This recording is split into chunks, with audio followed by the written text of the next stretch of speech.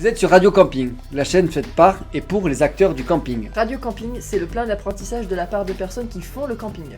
Gérants, fournisseurs, partenaires, des discussions à cœur ouvert qui vous feront découvrir l'envers du décor et bien plus encore. Nous sommes Johan et Pamela et nous vous invitons à partager ces moments privilégiés avec nos invités. Ce contenu est rendu possible par Geektonic, l'agence web et ads spécialisée dans la commercialisation de camping depuis plus de 10 ans. Si vous aussi vous souhaitez faire décoller vos ventes, rendez-vous sur www.geek-tonic.com ou sur nos réseaux sociaux en tapant Geektonic Biarritz. Bonjour à tous, bonjour Nadine. Bonjour Johan. Merci d'avoir accepté mon invitation à ce nouvel épisode de podcast et de notre chaîne YouTube Radio Camping. Je suis ravie que tu m'aies fait cette invitation. C'est avec plaisir parce que je crois que c'était une des premières personnes que j'ai rencontrées il y a presque 10 ans quand je suis rentré dans le milieu de l'HPA. Je me suis mis, je crois qu'on était à côté sur le stand du 7. Voilà, je crois que c'était votre première représentation en tant que tu veux de la com et vous étiez le stand à côté d'une autre. Voilà. Et on s'était dit, là il y a quelque chose à faire. Déjà, j'étais venu dans le milieu du camping parce que je trouvais que les clients étaient vraiment super sympas. J'avais quelques campings et je m'étais dit, c'est comme un sacré... les meilleurs clients que j'ai, c'est des campings, le Trait d'Union. Et après, j'étais arrivé au 7 et j'avais vu... Nadine et toute son équipe de femmes essentiellement, mais en tout cas tout avec le sourire et vraiment la convivialité et j'avais vraiment trouvé que c'était un super secteur, donc du coup bien sûr que là il fallait qu'on fasse un épisode en plus ensemble, surtout que je trouve que tu es toujours vraiment en phase et vraiment dans les sujets d'actualité qui est le logiciel pour les petites structures, mais aussi pas que. Mais tu vas nous en parler plus. Et donc du coup, est-ce que tu peux te présenter rapidement, s'il te plaît, Nadine ? Donc Nadine Pubert. Donc je suis créatrice de la société MCA. D'accord ? Vous allez plus me connaître par le mot Applicamp puisqu'on est éditeur des logiciels Applicamp. D'accord. MCA, c'est juste un rappel. Oui, voilà. MCA, c'est le nom de la société qui rappelle la genèse en fait d'Applicamp et de mon parcours qui va m'amener vers l'entrepreneuriat. D'accord. Comment tu es arrivée justement à l'entrepreneuriat ? En fait, on va avoir un parcours complètement atypique puisque je rêvais de travailler dans le social. D'accord. Quand j'étais petite. Et puis, la vie, les études m'ont amenée vers technicienne chimiste. Donc voilà, j'ai démarré là-dessus. Et puis, la chimie m'a amenée vers l'informatique puisque le pilotage des appareils que l'on se servait commençaient à être pilotés par ordinateur. D'accord. Et qui dit pilotage par ordinateur dit base de données, donc gestion de base de données, et je suis tombée dedans à ce moment-là. D'accord. Et j'ai apprécié, donc je suis repartie faire des études pour devenir analyste programmeur. Donc, d'accord. Ça, voilà. on parle de en quelle année ? Alors j'avais 30 ans, donc on dira dans les années 90, voilà, 94. C'était une première développeur et développeuse, du coup, ça fait à ce moment-là. On n'était pas nombreux dans les promotions, donc j'ai souhaité repartir. Mon entreprise m'a proposé de reprendre mes études pour basculer sur le service informatique. Et donc, je souhaitais faire des études similaires à ceux qui sortaient de l'école, puisqu'en fait, à l'époque, alors tu t'en souviendras pas parce que tu n'étais peut-être pas encore très née, mais à l'époque, c'est gentil, hein. À l'époque, la formation pour adultes n'était pas encore très, très valorisée pour les entreprises. D'accord. Donc, je suis repartie à 30 ans sur les bancs avec les petits jeunes qui sortaient à l'université. Donc c'était une belle expérience. Pas simple, mais une belle expérience. Et donc je me suis retrouvée programmeuse. J'ai pu faire un parcours de 2 établissements avant de devenir gérante d'Applicamp. Voilà. Donc après, c'était la société dans laquelle tu es salariée ou tu es devenue gérante alors ? Voilà, donc je trouve une entreprise, alors mon parcours va être un petit peu de sillonner un petit peu toute la France. J'ai un mari qui bouge beaucoup et qui travaille dans la grande distribution et donc on part tous les 4-5 ans. Et donc, on se retrouve en Bretagne et je trouve un emploi chez un éditeur de logiciels de magasins photo. Voilà, c'est un petit peu de là que va partir l'aventure Applicamp, puisque donc, nous avons 700 magasins photo, on est encore dédié métier. D'accord. Et puis, il faut savoir que cette entreprise, elle est née de 2 personnes, hein, d'une rencontre d'un gestionnaire de magasin photo qui rencontre mon employeur et ils se disent on va faire un logiciel, hein, quelque chose. Voilà, j'en ai marre de ce qui existe. Je veux que tu me fasses un logiciel qui corresponde à mes besoins. Donc, ça va être l'association Marcel, le gestionnaire de... On va y revenir après parce c'est lui qui va basculer vers le camping. Marcel Lesault, qui va être le gestionnaire du magasin photo, et Christian Tétard, qui va être le programmeur. Christian programme la nuit, Marcel utilise le logiciel le jour. D'accord. Et puis cette aventure va durer 3 ans à peu près, jusqu'à temps qu'ils aient un produit à peu près stable, qu'ils aient un produit à commercialiser. Et puis, au bout de 3 ans, Marcel, qui a 4 magasins photo, va dire à Christian, bah écoute, voilà, c'est parti, il n'y a pas assez pour faire travailler 2 personnes.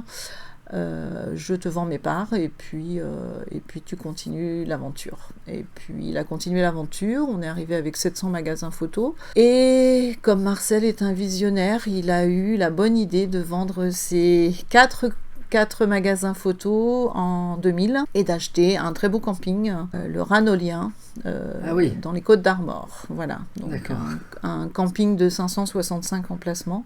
Et Ploumanac, c'est ça Perros-Guirec. D'accord, ok. Je crois que c'était sur la commune de... Mais oui, un des plus beaux spots de France. Hein. C'est vrai que c'est assez incroyable. Voilà. Là où donc, il y a c'est vrai qu'un très bel établissement. Et donc, de par leur amitié et leur caractère... va se représenter encore le même schéma, c'est-à-dire que Marcel, qui a un caractère bien affirmé, dit il y en a marre, tu vas m'écrire un logiciel qui correspond à mes besoins. Mon boss, Christian, de lui dire ok, bah écoute, on va voir, on va faire ça, et donc on se met à écrire ça, donc c'est pareil, on écrit. Et puis il l'utilise, on corrige, mais c'est pas du tout notre activité. Donc on a 700 magasins photos, donc on fait ça sur nos temps libres. Ouais, voilà. Et puis ça va fonctionner. Il va commencer à en parler, mais c'est que pour lui. Il va commencer à en parler à 2 ou 3 copains. Donc il va nous trouver 2 ou 3 clients. À cette époque-là, on n'a même pas pensé encore à lui faire une... Alors lui, bien sûr, paye les développements qu'il nous fait faire, mais on n'a même pas pensé à une histoire de commercialisation. Donc je crois que les premiers clients sont rentrés presque gratuitement. Et voilà. Et puis c'est vrai qu'en 2006, on est quand même sur la conjoncture où les magasins photos commencent un peu à être en difficulté parce que il fallait les vendre au bon moment, les vendre en pas de porte pour Orange, Free et tout. Oui, d'accord. C'était souvent des super emplacements, donc en fait. Et puis le numérique arrivant. Les magasins photos commencent à vivoter, surtout ceux qui font surtout de la vente d'appareils. Et donc, va se dessiner petit à petit. On se dit, qu'est-ce qu'on va pouvoir prendre comme deuxième corde à notre arc. Et c'est là que Marcel nous dit, mais pourquoi vous ne le commercialisez pas ? Donc on se dit, on ne connaît pas du tout le métier, on ne connaît pas le milieu. Et c'est lui qui va nous introduire dans ce milieu. Alors, il va nous introduire carrément venant faire les salons. Et c'est avec son équipe, donc du Ranolien. C'est eux qui font les démos. Nous, on ne fait pas les démos, on ne sait pas faire. Ils sont là. C'est en hiver qui prend les filles de l'accueil du Ranolien. Et puis, c'est elles qui nous font les démos, qui nous trouvent les premiers clients. Et donc, de 2006 à 2011, date à laquelle je reprends l'activité, on décroche à peu près 37 campings. Voilà, donc. Quand arrive 2011, mon employeur arrive pour pouvoir partir à la retraite, souhaite que je reprenne l'activité. J'étudie, certes, la chose, mais c'est vrai que je ne sais pas ce que je vais faire de la partie photo. On étudie ça, d'ailleurs, avec Olivier Gautron. On regarde, c'est rentable, mais qu'est-ce qu'on en fait ? On ne sait pas. Et puis c'est vrai qu'à ce moment-là, je me dis, en fait, j'ai peut-être envie de partir avec moins de risques et prendre juste l'activité camping. Voilà, donc je vais partir en rachetant les droits de l'activité camping, toute seule avec un PC. Et puis, D'accord. le risque est pas trop grand. J'ai déjà 37 campings, donc j'ai déjà une petite rentrée d'argent. Je connais bien mon produit, je connais bien mes clients. D'accord. Donc, Olivier me dit, écoute, je crois que tu as des cartes pour y aller, donc il faut, si tu veux le faire, vas-y. Donc, et voilà, aujourd'hui, on se retrouve avec plus de 500 campings, et puis et j'ai autour de moi 14 collaborateurs à ce jour. Donc, Ah ben top, tu vois justement, parce que j'avais pas toute cette historique, donc c'est le but aussi de Radio Camping de pouvoir retracer toute l'histoire de comment on en est arrivé là et les belles histoires justement de comment s'est professionnalisé le camping au fur et à mesure et comment les historiques se sont créés. L'activité photo, ouais, du coup l'ancien gérant il a vendu, il a fait elle a quoi? été vendue indépendamment sur les centrales d'achat Camara, Fox, voilà. Ah oui Donc d'accord, ouais, bien sûr. elle suit une activité. Elle a été reprise en fait par les grosses structures, un petit peu Ouais. comme voilà, les centrales d'achat. Ok, et donc du coup voilà maintenant se poursuit depuis 2011 du coup l'activité Applicamp que tu tiens d'une main de fer. Donc à l'époque vous étiez, moi c'est vrai que j'étais sur 4-5 collaborateurs. Comment ça a évolué ça, le nombre de campings justement, le nombre de collaborateurs, c'est quoi aujourd'hui Applicamp? Ça a été assez simple en termes d'évolution, c'est-à-dire qu'on a évolué à peu près en multipliant 2 ans multiplié par 2, et les collaborateurs et les clients. nombres de clients, 4 ans multiplié par 4, 5 ans multiplié par 5. Donc voilà, en D'accord. fait, on a toujours progressé, toujours dans le souhait de pouvoir justement développer l'activité au fur et à mesure que les clients arrivaient. Donc on est plutôt sur une croissance lente, mais une croissance contrôlée, mais toujours en évolution. Voilà. Alors du coup, vous, c'est quoi le... Alors, si tu veux, on va reprendre le produit aujourd'hui, parce que c'est vrai qu'on parle d'applicant pour nous, c'est évident, mais donc qu'est-ce que vous faites comme métier? Alors nous, notre métier, c'est d'accompagner en fait les clients qui sont les gérants des établissements d'hôtellerie de plein air dans la gestion de leur quotidien, la gestion de leur activité, rentrer leur chiffre d'affaires, leur disponibilité, la disponibilité de leurs hébergements, D'accord. pour pouvoir en fait pouvoir exploiter cela de manière financière et de manière statistique. Donc pour ça, on a des outils, donc qui est le logiciel de gestion, Ok. qui va leur permettre Gestion, en ça veut fait dire... vas-y, ouais. Comptabilité gestion, aussi. comptabilité, voilà, qui va leur permettre en fait de rentrer toutes leurs réservations par le planning, par le plan, de pouvoir faire la facturation, les devis, les options. Les options de réservation, passer en réservation, faire la facture. Et une fois la facture faite, pouvoir donner toutes ces données financières au comptable et à d'autres prestataires. Comme je dis toujours, on doit rendre comme compte, on donne au banquier, c'est-à-dire toute la partie financière au niveau qu'est-ce que j'ai gagné, qu'est-ce qui est arrivé à la banque. Donc c'est la partie encaissement avec les journaux de caisse et banque. La partie financière, le comptable qui va vouloir la répartition financière des différentes activités. Après, il va y avoir tout ce qu'on doit comme compte aussi à la communauté de communes, c'est-à-dire il va y avoir taxe de séjour. À l'État, il va y avoir la TVA et puis encore à l'État, il va y avoir l'INSEE. Donc en fait, c'est tous ces calculs qui sont nécessaires en fait. Je dis toujours, même si vous n'êtes pas fan de l'informatique, de toute façon, on va vous demander tous ces chiffres-là, on va vous demander tous ces calculs-là. Donc voilà, c'est ce qui permet, par la simple saisie d'une réservation, que nous, on puisse automatiser les calculs du nombre de nuitées, donc du nombre de taxes de séjour, donc de la fréquentation pour l'envoyer à l'INSEE, du chiffre d'affaires. C'est pour ça qu'aujourd'hui, 100% des campings ont un logiciel métier, donc comme le tien, Ou finalement il y en a qui utilisent des logiciels de compta classiques type Ciel, Sage ou même des plus modernes là, avec toutes les startups qui se créent là-dedans. Finalement, ils sont obligés de passer par vous parce que ça permet justement toute cette gestion des stocks au niveau des mobil-homes, connecté avec justement souvent une passerelle de réservation, tu vas nous expliquer, mais aussi le côté devis, facturation, acompte 1, acompte 2, acompte 3 et taxes de séjour, etc.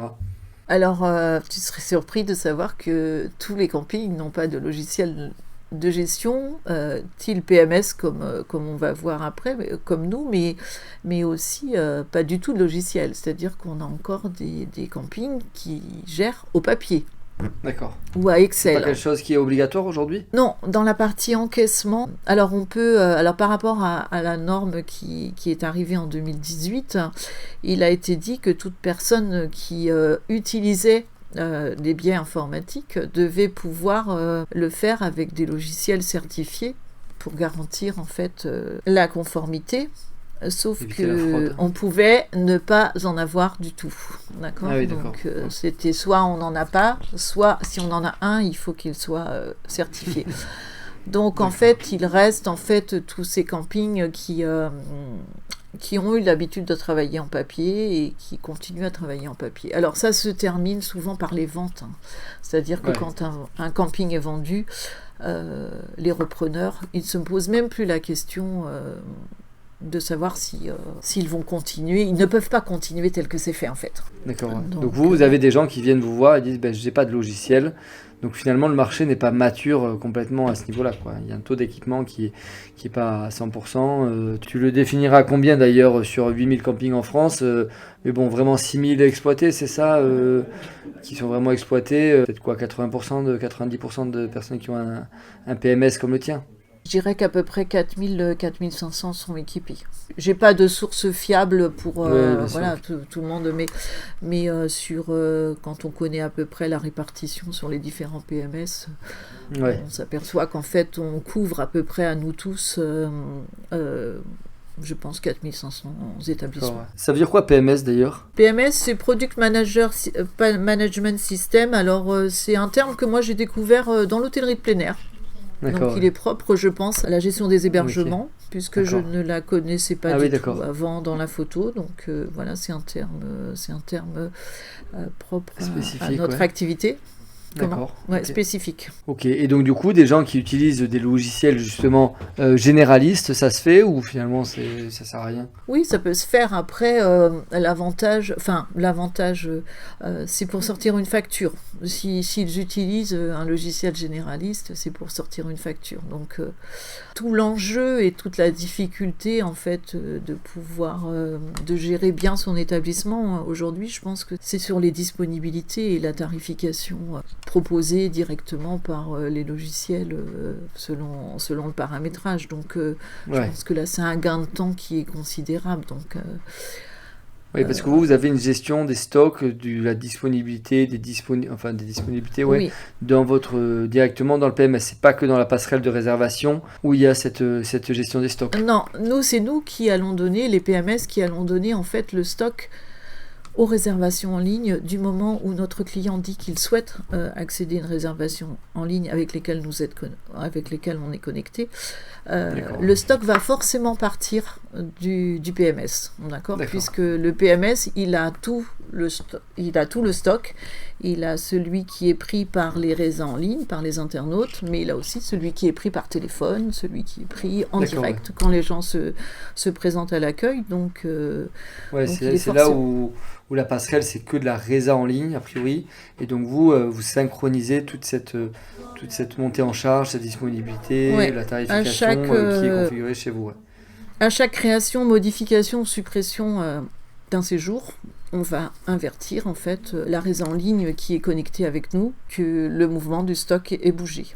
Ouais, parce que sinon, si quelqu'un avait un logiciel comme Ciel ou je disais Axonote, enfin des logiciels, en fait, il faudrait avoir un planning à côté sur un Excel ou sur un papier et cocher, décocher les dispos.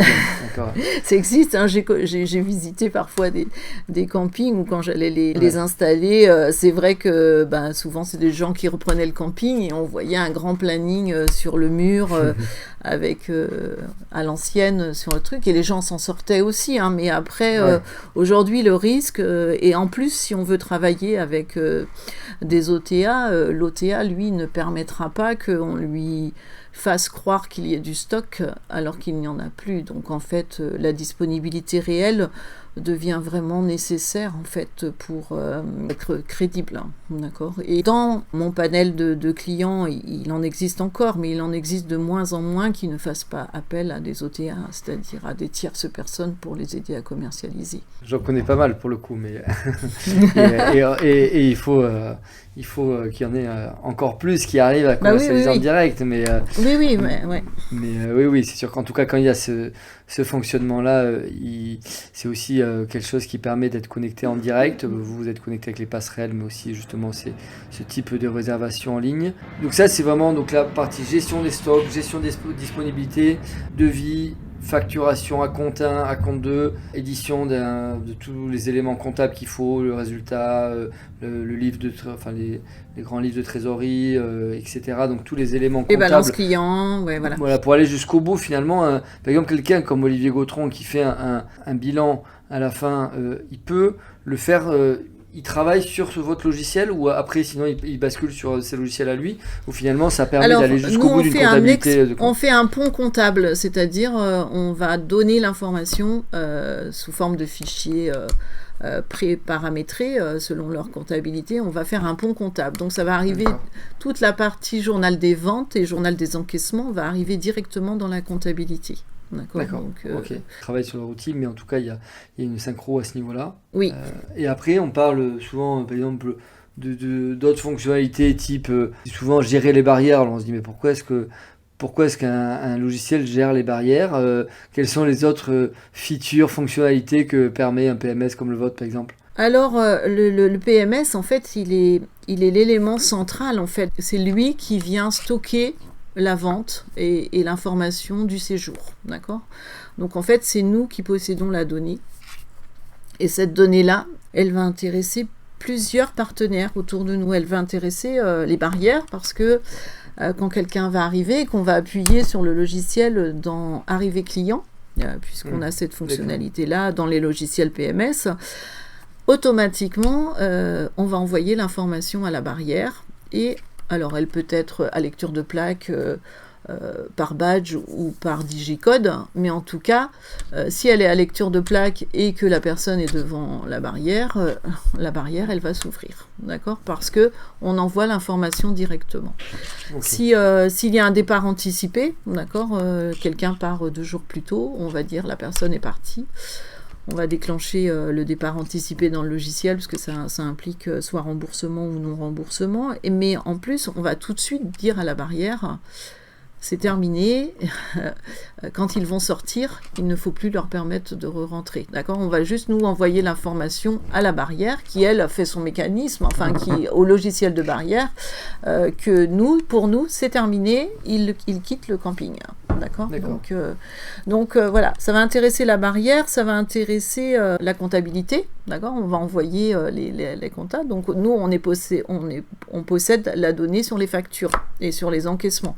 Ça va intéresser tout ce qui est e-conciergerie, c'est-à-dire qu'on va connaître en fait quand vont venir les gens, quand est-ce qu'ils ont réservé, quand vont venir les gens. Donc on va pouvoir donner de l'information aux e-concierges qui vont, eux, après avec leurs applications, préparer le vacancier à faire son séjour dans de bonnes conditions et choisir s'il va aller au marché et quelles activités il va faire sur le camping. Ça, après, c'est du ressort du partenaire qui s'occupe de l'e-conciergerie. Après, il va intéresser tout ce qui est enquête de satisfaction. On a l'information de quand part le client, donc, et sur quel mobil-home il était, combien de temps il est resté. Tout ce qui est enquête de satisfaction va pouvoir prendre le relais et pouvoir faire son travail. On va aussi s'interfacer avec tout ce qui est île de management, c'est-à-dire qu'on a tous les jours les rentrées de nouveaux séjours.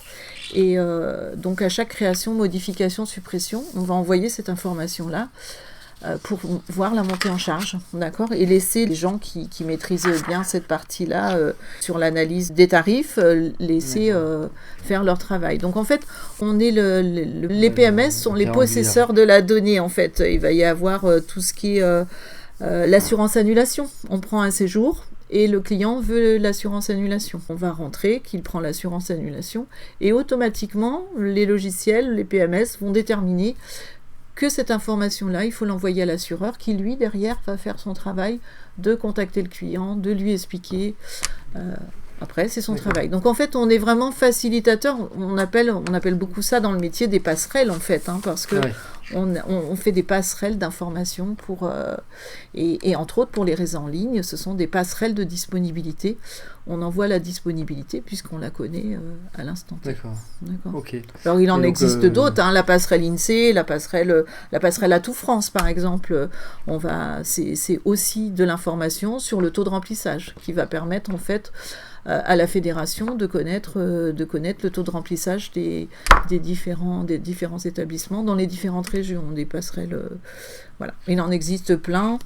C'est un peu notre quotidien. Alors, c'est un petit peu notre bataille, c'est de ne pas sortir trop de notre cœur de métier qui, pour moi, est le logiciel de gestion. Mais en même temps, tous ces outils, nos clients en ont besoin. Donc, ils ne peuvent même pas se dire que vous ou s'ils serez se le disent... aux autres, ou que vous ne soyez pas interfacé avec d'autres plateformes. Ouais, voilà un petit peu sur toutes les donc toutes les vraiment la pierre fonctionnalités. angulaire, et j'imagine vous pouvez en effet développer tout, parce que quand on dit gestion, ça peut être gestion commerciale, gestion comptable, gestion opérationnelle. On a parlé justement d'une application comme Gilou qui permet de faire de la gestion des stocks, voilà. Donc c'est vrai qu'après, comme tu dis, il faut arriver à être suffisamment ouvert pour pouvoir permettre d'autres acteurs de pouvoir faire leur métier en tant que pure player, c'est-à-dire spécialiste du marketing ou de la RH ou du management ou de la gestion des stocks, comme on disait, voilà. Mais du coup, finalement permettre les choses les plus importantes, qui est quand même le côté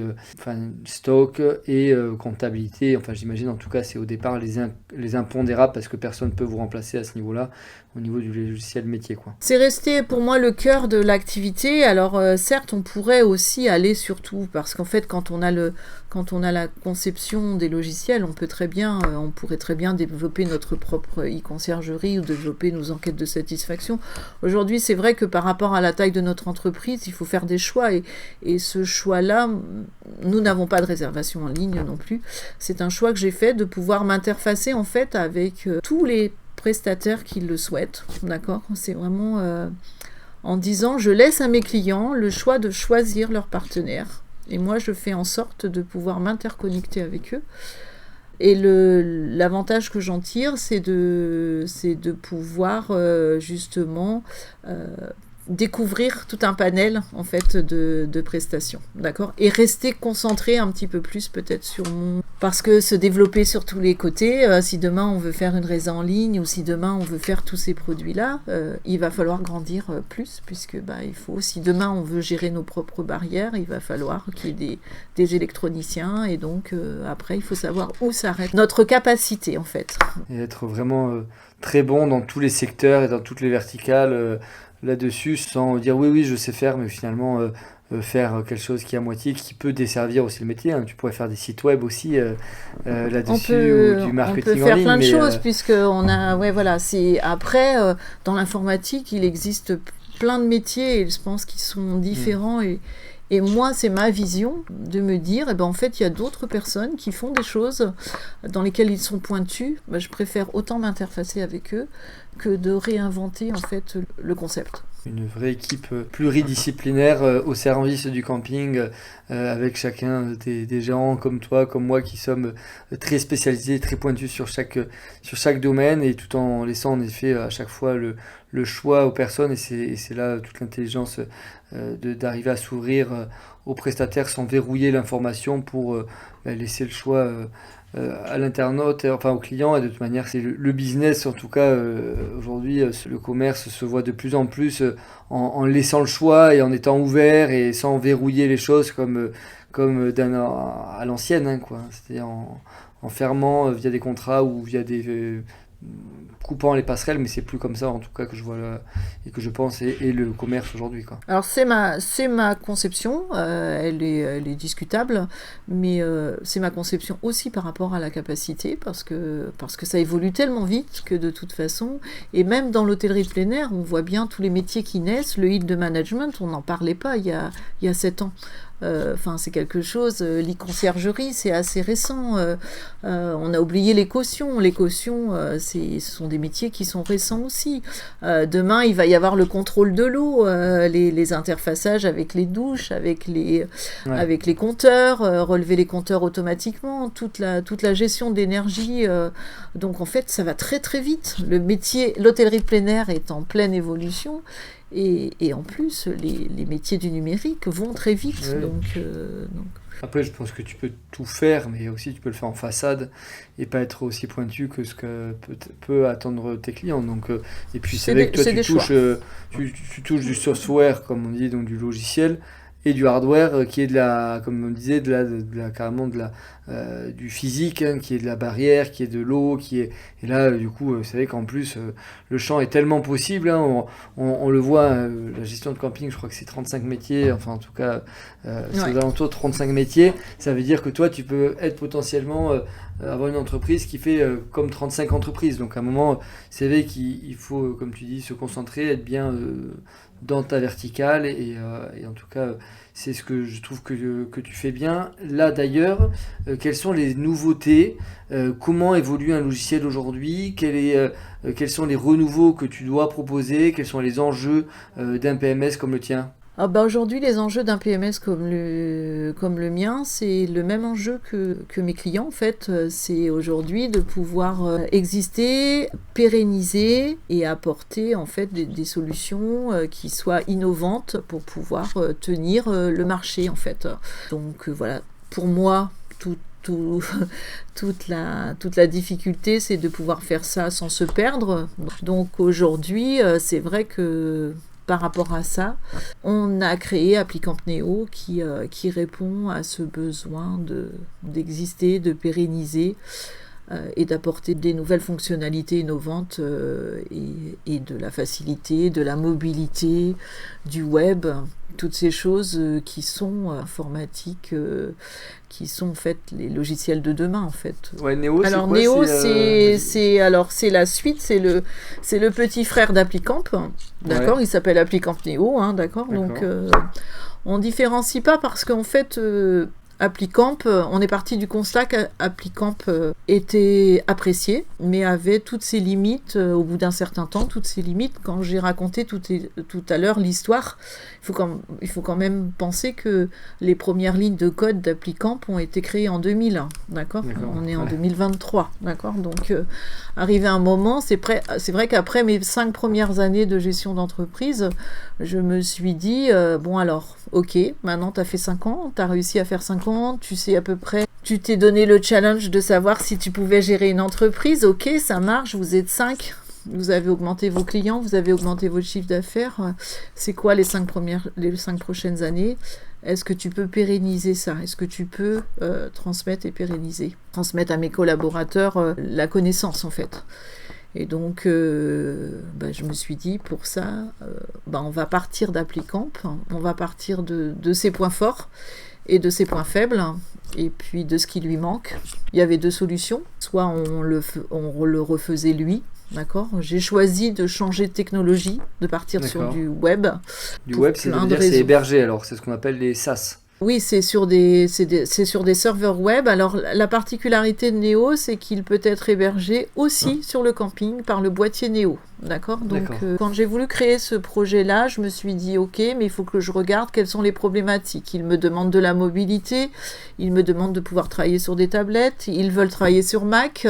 Aujourd'hui, mon logiciel, il est installé sur un PC Windows. D'accord. Et avec toutes les problématiques de mise à jour de Windows et tous les embêtements qu'il peut y avoir. Donc, demain, qu'est-ce qu'il faut? Il faut qu'il puisse travailler sur Mac, il faut qu'il puisse être mobile, il faut qu'il puisse... donc, toutes ces données-là, mais après, je me suis dit, il faut partir... est-ce qu'on part sur l'existant et on l'améliore? Et après, je me suis dit, je préfère changer de technologie parce que aujourd'hui, il faut partir sur l'employabilité, il faut partir sur des technologies qui soient... Enfin, pour moi, il fallait partir sur des technologies qui soient natives, appris dans les écoles. Le premier Applicamp est fait sous WinDev. Alors, je sais que mes confrères et concurrents sont aussi... ont une partie sur WinDev aussi. Sauf qu'eux, ils ont la chance d'être à Montpellier, la ville natale de PCsoft, qui est l'éditeur de WinDev. Donc en fait, moi, dans ma région, dans l'Ouest, il était beaucoup plus compliqué d'amener des développeurs à venir travailler sur ces technologies-là. On est passé sur Java et sur React, donc voilà, c'est nativement appris à l'école. L'employabilité est plus simple. Et donc, comme on est parti sur des technologies que je n'avais pas, on est reparti sur la feuille 0. Alors, sur la feuille 0, en termes d'écriture de code, après, on avait quand même toute l'histoire d'ApplyCamp et que j'étais capable de redonner, de restituer, qui permettait en fait de transmettre, comme je disais tout à l'heure, c'était transmettre le savoir-faire. C'était par ce biais-là que j'ai pu transmettre et relever un petit peu la tête, puisque il faut quand même penser que dans tout ça, quand j'ai dit que j'étais partie toute seule, c'est vrai que je suis partie toute seule et qu'après on est 2, on est 3, mais qu'après il faut gérer une entreprise, mais il faut continuer quand même à coder. Donc c'est vrai que la charge de travail dans ces conditions-là, par rapport à d'autres structures qui peuvent partir en mode start-up et qui vont chercher les moyens et le truc, là j'ai plutôt une croissance lente. Et donc du coup, tu as réussi à réécrire tout, qui sont les enjeux aujourd'hui de tous les logiciels un peu vieillissants. Moi j'ai changé de logiciel, je suis sur celle-ci. Bon, c'est un SaaS en ligne, mais pareil, qui a des couches et des couches les unes sur les autres.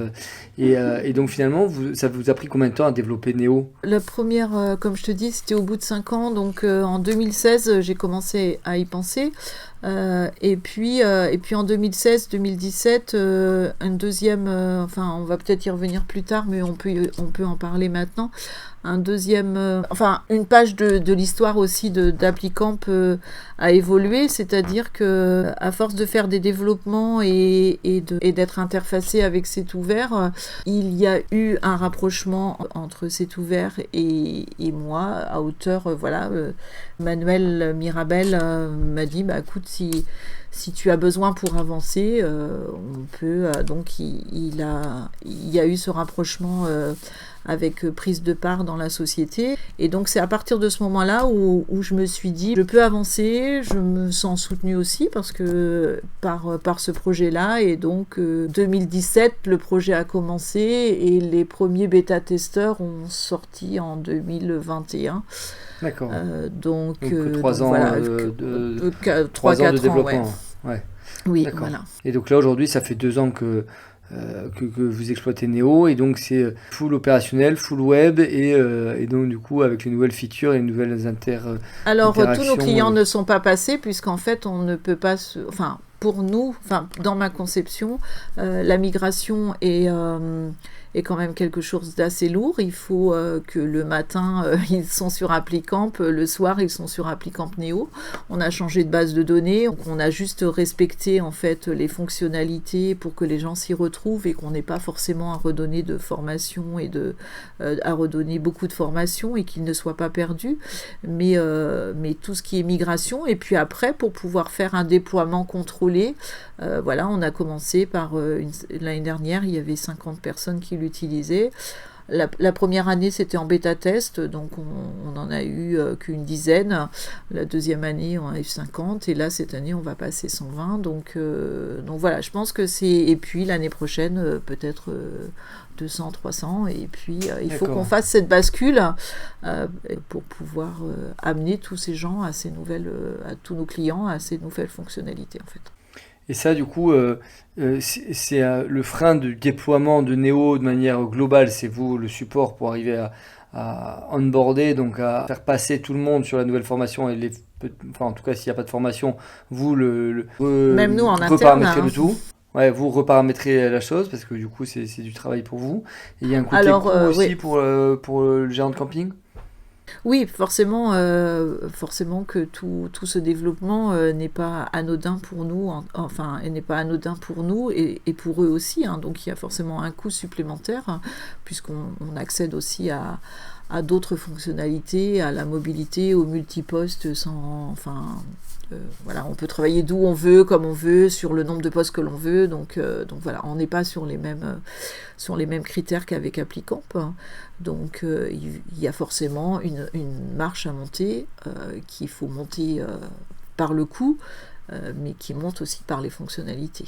Parce que là, aujourd'hui, pour vous, Neo a toutes les features, en tout cas, datées, parce que souvent on parle de roadmap avec des développements et tout ça, mais en tout cas, il y a l'essentiel des fonctionnalités utiles et utiles aux gérants de camping, en tout cas indépendants, quoi. Oui, aujourd'hui, alors on est sur la finition de tout ce qui est la partie la plus longue et c'est tout ce qui est statistique, hein, d'accord, puisqu'en plus on en profite pour remettre un petit peu au goût du jour avec c'était notre point faible sur Applicamp, donc autant sur beaucoup de domaines il y a eu des recopies et on savait ce que l'on faisait bien, on a continué à le reproduire sur certains domaines. On avait besoin de s'améliorer, donc aujourd'hui on a encore des fonctionnalités à pousser plus loin, mais qui seront toujours poussables plus loin. C'est tout ce qui est statistique et tout ce qui est CRM, c'est-à-dire relation avec le client par le biais de campagnes d'emailing. Voilà. Ça, peut-être, vous pouvez aussi vous interfacer avec des solutions aussi. Et sinon, en tout cas, c'est quand même quelque chose qui est à notre niveau. Et il y a aussi des solutions interfaçables, je pense. Oui, voilà, c'est pour ça, on est complètement là-dessus, sur cette partie-là. Mais aujourd'hui, sur les fonctionnalités et le fait de pouvoir faire fonctionner un établissement, on a des groupes de dizaines ou même de 13 campings qui utilisent. On a des toutes petites structures, on a des plus grandes structures. Donc aujourd'hui, ce qui permet, en faisant un déploiement contrôlé comme ça, de pouvoir justement amener, et c'est jamais indolore de réécrire complètement une application. Forcément, on peut toujours avoir laissé un cas de figure qu'on avait traité en Applicamp et qu'on n'a pas traité en Applicamp Neo. Oui, bien sûr. Mais en tout cas, aujourd'hui, vous êtes les seuls en hébergé, en full web, application, donc du coup accessible partout, comme tu dis, sur plusieurs ordinateurs. Aujourd'hui, vos forces, on va dire, à Applicamp, donc c'est ce côté-là, c'est le côté peut-être tarif. Après, tu vas me dire, je sais qu'à l'époque, vous étiez du coup en tout cas considéré comme moins cher, en tout cas plus accessible pour des petites structures. Donc tu vas peut-être me dire par rapport à ce niveau-là. Et puis après aussi dire un peu, toi, ton état d'esprit.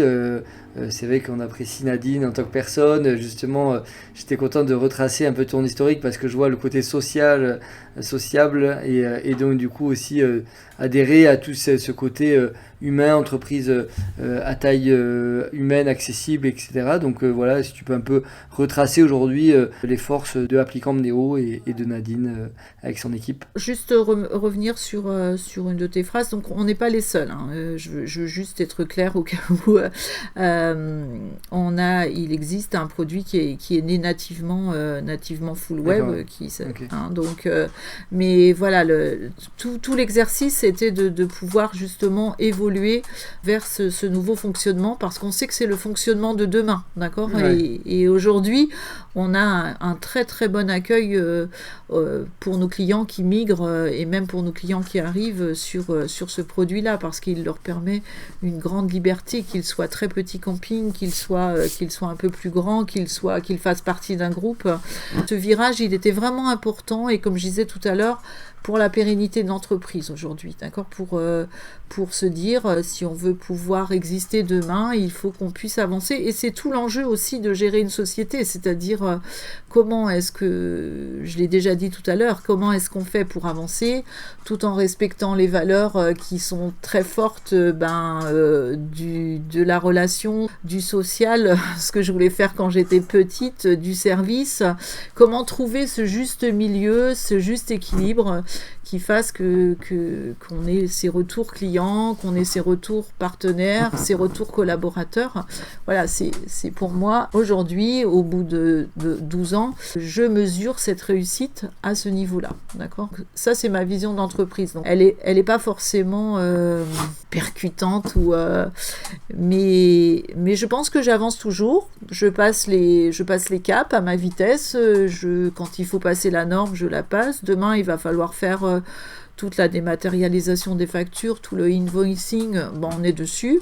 Voilà, je pense que c'est les enjeux d'avancer vers la technique et de se situer, de savoir dans quelle case on est et où on veut aller. Voilà, pour nous, notre qualification aujourd'hui dans les PMS nous convient très bien en fait d'être pour les plus petites structures. D'avoir moins de clients que nos confrères, mais ça nous va parce que ça correspond en fait à nos souhaits aujourd'hui et à nos besoins. Après tu dis elle n'est pas forcément percutante. Pour moi aujourd'hui c'est ma vision aussi et c'est pour ça que on a pas mal d'atomes crochus, c'est pour ça qu'on s'entend bien, c'est le côté aussi où c'est en tout cas un des rares secteurs où on peut être très humain tout en faisant du business, c'est-à-dire que plus on est humain, plus pour moi c'est vertueux et ça développe et la RH. De toute manière, aujourd'hui, pour moi, c'est lié à faire des entreprises sociales respectueuses. On parle du RSE, la responsabilité sociale des entreprises, mais notamment sur les humains, sur ses clients, sur faire de la qualité. Et c'est sûr que ça doit pas empêcher d'être la performance, mais en tout cas, pour moi, tout ça est imbriqué et quand on est social dans des clients qui nous le rendent bien. Tout ça est très vertueux et ça se développe, donc sans oublier en effet le but final qui est la performance. Mais j'ai l'impression qu'en tout cas tu gères bien ça parce que tu as ce côté très technique et ce qui te donne un peu ce côté des fois modeste là-dessus sur le côté gérer la technique, mais parce que tu sais tout le champ des possibles et je pense qu'il y a ce côté aussi chantier où en fait il y a énormément de possibilités d'évolution marché, donc c'est ça qui donne ce côté. T'es pas une commerciale, t'es plutôt quelqu'un qui a ce côté très cartésienne et sur le côté aussi l'aspect modestie, mais en tout cas voilà, aujourd'hui la modestie elle va de pair avec justement cette branche d'activité. Enfin, quand on sait tous les possibles, on peut avoir envie d'avancer, mais on sait forcément, et c'est ce qu'on fait, mais on sait forcément que par rapport au possible, on ne peut que rester modeste de ce qu'on peut faire, puisqu'en fait le possible est tellement grand et tellement vaste, et encore plus grand avec tout ce qui arrive maintenant. Donc, un commercial avec un ego un peu important dirait que aurait pas le même discours, alors, mais c'est très appréciable parce que c'est une branche qui nous manque un petit peu, parce qu'il faut savoir aujourd'hui que tout ce développement on le fait grâce à nos clients, à nos partenaires et à qui on est, d'accord, et je pense que si on mettait un petit brin de commercial dedans, on pourrait peut-être avancer plus vite. Mais voilà, ça n'a pas été notre priorité jusqu'ici. Et puis, donc voilà, c'est tout ce qui nous caractérise et tout ce qui fait notre force et notre faiblesse aussi. Parce que, donc voilà. Oui, le commercial aussi, des fois, c'est pas que celui qui écrit le plus fort, c'est aussi celui qui sait reconnaître ses faiblesses et par contre valoriser en effet ses forces. Donc en parlant de tes forces, donc on a parlé de l'aspect hébergé, l'aspect toute fonctionnalité, l'aspect tarif aussi, donc tu as des tarifs qui sont assez accessibles. Comment tu arrives à pouvoir autant t'adapter à un 50 emplacements qu'à un 300 emplacements par exemple? Alors, on va travailler sur des gammes de nombre d'emplacements, d'accord, donc, on va avoir des tarifs qui vont de 1 à 10, parce qu'il faut penser qu'on équipe des toutes petites structures aussi, des moins de 10 emplacements, des moins de 50 emplacements, on en a aujourd'hui énormément, je crois qu'on a plus de 250, voire presque plus de la moitié de nos établissements ont moins de 70 emplacements. Donc en fait, on est vraiment dans cette catégorie-là, d'accord ?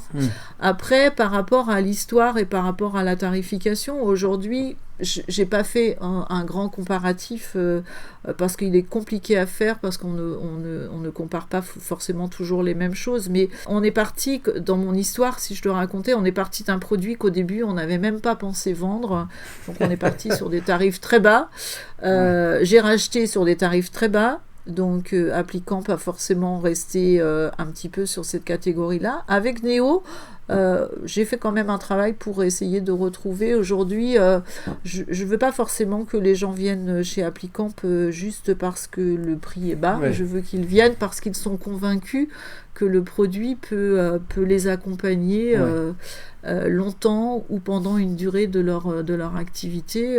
Voilà. Et ça, pour moi, c'est ce qu'on fait du produit. Ou quand je dis à mes collaborateurs ou quand je dis déterminer pourquoi vous travaillez, pour qui, quels sont leurs besoins, comment on peut les accompagner. Et prenez du plaisir à faire ça, parce que donc forcément que dans le cas où on a refait Néo, forcément c'est pas indolore financièrement, donc le critère c'est pas forcément aujourd'hui de dire on est moins cher que les autres, c'est de faire je pense que l'offre qualité-service et tarification est largement bien placé. Bien placé, voilà. Ouais. On est logique et qu'on a une certaine qu'on est connecté au sol, qu'on n'est pas hors sol et qu'on est auprès de nos clients comme tu as l'air de l'être et comme je sais que tu l'es, voilà, c'est là où c'est cohérent. Et en effet, c'est pas le logiciel low cost, au contraire, parce qu'il y a Néo, il y a toutes ces fonctionnalités d'une personne qui a 10 ans d'expérience et qui est même développeuse, donc c'est vrai que ça c'est assez unique d'avoir un gérant d'entreprise. Souvent on dit que pour faire des bonnes pizzas il faut au moins savoir les faire, on peut les faire mais il faut savoir les faire, donc je pense que tu es bien placé pour ça, même s'il a fallu que tu te adaptes à tout le nouveau code, mais tu as toute cette logique de la développeuse et en plus sociale, et ça c'est vrai qu'on le sent bien que l'ambiance et l'état d'esprit est complètement en phase avec le secteur dans lequel tu travailles, qui est l'hôtellerie de plein air et qui se veut être convivial, quoi. Oui, qui est une niche dans laquelle on se sent particulièrement à l'aise. Enfin, tous les partenaires, c'est vrai qui œuvrent dans ce métier-là, enfin dans ce domaine-là, c'est vrai que il y a quelque chose qui est relativement attachant et intéressant. On a du mal à quitter. On voit bien d'ailleurs certaines personnes qui quittent et puis ils reviennent toujours par une porte parce qu'ils ont acheté un camping ou parce qu'ils ont voilà. Donc, on a vu Laure récemment. Oui, exactement. Qui est pas très loin non plus. Exactement. Donc c'est un milieu très attachant. Donc. Mais et puis aujourd'hui, même s'il y a des petites structures aujourd'hui, tout l'enjeu de la Fédé et tout l'enjeu des néo-gestionnaires de camping sont peut-être des petites structures, mais qui sont très dynamiques, qui développent beaucoup, qui ont un beau levier de croissance, qui ont besoin de se professionnaliser, qui ont l'habitude de ces outils, parce que voilà, ils sont souvent en reconversion de métiers où ils étaient dans des choses plus, souvent avec des métiers à haut niveau ou en tout cas techniques, et donc des gens qui sont à l'aise avec l'outil et qui ont besoin de s'équiper avec quelqu'un qui arrive aussi à écouter ces petites structures, parce que voilà, elles sont un gros coefficient de croissance et de professionnalisation et d'amélioration, et nous c'est là où aussi on a beaucoup de petites structures, donc ça va du 20 emplacements qu'on a jusqu'au 700 emplacements, et c'est là où il faut être agile et juste arriver à bien se positionner sur l'ensemble des métiers. Et c'est vrai que toi, malgré Néo, tu es aussi de par ta nature en tout cas ouvert à ces profils-là et tu arrives à les accompagner comme les gros, quoi. L'accompagnement est quelque chose de très intéressant, parce qu'en fait pour moi c'est comme un échange, c'est-à-dire que pour pouvoir évoluer pour pouvoir faire évoluer mon produit, j'ai besoin de les écouter, j'ai besoin d'entendre leurs besoins, j'ai besoin d'entendre leur mécontentement, j'ai besoin d'entendre leur contentement. Et ce qui fait que c'est pour ça qu'Applicamp, en fait, Applicamp Néo est venu après Applicamp en prenant... j'avais toute une liste de choses que je notais en me disant, on m'a dit ça un jour, on m'a dit... Et donc, je pense que c'est toute cette écoute qui... alors, bien sûr, on ne va pas toujours dans le respect de la personne. On a tous des caractères différents, clients, on va retrouver toute la typologie de la société, hein, mais je pense que cette écoute, il est constructif et il donne du sens à ce qu'on fait. Et aujourd'hui, moi, si j'ai qu'un mot c'est souvent ce que je répète à mes collaborateurs. Que vous soyez développeur, que vous soyez hotliner, quand vous venez travailler, trouvez le sens que vous allez y mettre avec la relation que vous allez avoir ce jour-là avec vos clients, avec vos collègues, avec les partenaires, parce que c'est ce qui fait la force et ce qui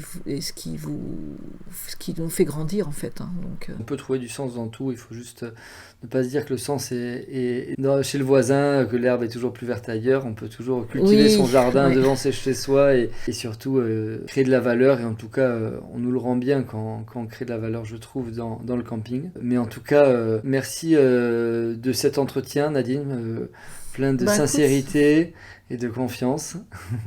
C'est un petit peu mon travers, hein, c'est-à-dire que je suis un petit peu un livre ouvert, mais bon, après, c'est aussi ma force, donc voilà. Donc, c'est le but des podcasts, c'est le but de se confier, d'être entier. C'est surtout aussi des secteurs où on peut être entier, et c'est l'objectif, donc voilà, c'est ce qui fait toute votre différence, donc c'est super, je trouve. Le temps est passé très vite, donc voilà. Tant mieux. Je voulais savoir où est-ce qu'on pouvait te retrouver, Nadine. J'ai 2 questions. Donc, où est-ce qu'on peut te retrouver et qui est-ce que tu verrais bien pour un prochain épisode de podcast comme celui-là? Oui, déjà, on a hâte d'aller sur les salons. Donc déjà, vous pouvez nous retrouver sur les salons, mais encore plus, vous pouvez nous contacter donc à la société Applicamp. Alors je sais pas, peut-être que tu pourras mettre les coordonnées. On va mettre dans le descriptif de l'épisode qu'il faut liker d'ailleurs et s'abonner à la chaîne. Hein. Je fais un petit laïus là-dessus, mais ça nous encourage quand vous likez pour remonter dans les algorithmes de YouTube et de Apple Podcast. Mais on mettra tes coordonnées, Nadine, de l'entreprise, dans le descriptif. On va voir si on peut faire un petit code d'affiliation pour que vous puissiez contacter Nadine et son équipe de notre part via le podcast, hein, comme ça elle verra que vous venez de par cet épisode et que vous avez rencontré toutes les forces de Nadine via cet épisode. Et puis un prochain invité, à qui tu penses? Elle est compliquée cette question. Me dis pas BDO, Cyril Repin ou le président de la Fédé, ils sont déjà passés ici. Écoute, moi je vais en profiter pour dire que je fais partie d'une association qui s'appelle Pro Camping et qui, comme tu le disais tout à l'heure, qui regroupe 40 acteurs du camping. D'accord, donc qui sont de métiers différents. Ça va du pisciniste au banquier, au logiciel de gestion, au loueur de vélo. Donc je pense qu'il peut être bien de pouvoir rencontrer un membre de cette association, voire le président de cette association qui loue des vélos. Pour pouvoir donc on le fera aussi venir ici. C'était dans les tuyaux, donc c'est parfait. Voilà, super. Voilà, écoute, je te remercie. J'espère que si nos clients nous écoutent, qu'ils n'hésitent pas, s'ils ne sont pas encore passés sur Applicamp Neo, à nous contacter pour qu'on leur remonte, parce qu'on a beau le dire, mais il reste encore parfois des gens qui ont besoin de découvrir Neo. Pour tous ceux qui ne sont pas encore clients chez nous, qu'ils aient envie de nous contacter pour qu'on puisse leur faire découvrir. Et nos partenaires aussi, si vous avez envie de vous interfacer avec nous sur une idée, n'hésitez pas, on est ouvert à l'écoute. Voilà. Merci Nadine. Je te dis à très vite et puis on se retrouve sur les salons dès l'automne. À très vite, Johan. Merci. À bientôt. Merci, au revoir. Si cet épisode vous a plu, vous pouvez le partager sur vos réseaux sociaux et vous abonner à la chaîne pour être notifié des prochaines vidéos. Un petit commentaire pour la force et rendez-vous autour de la piscine pour un geek tonic.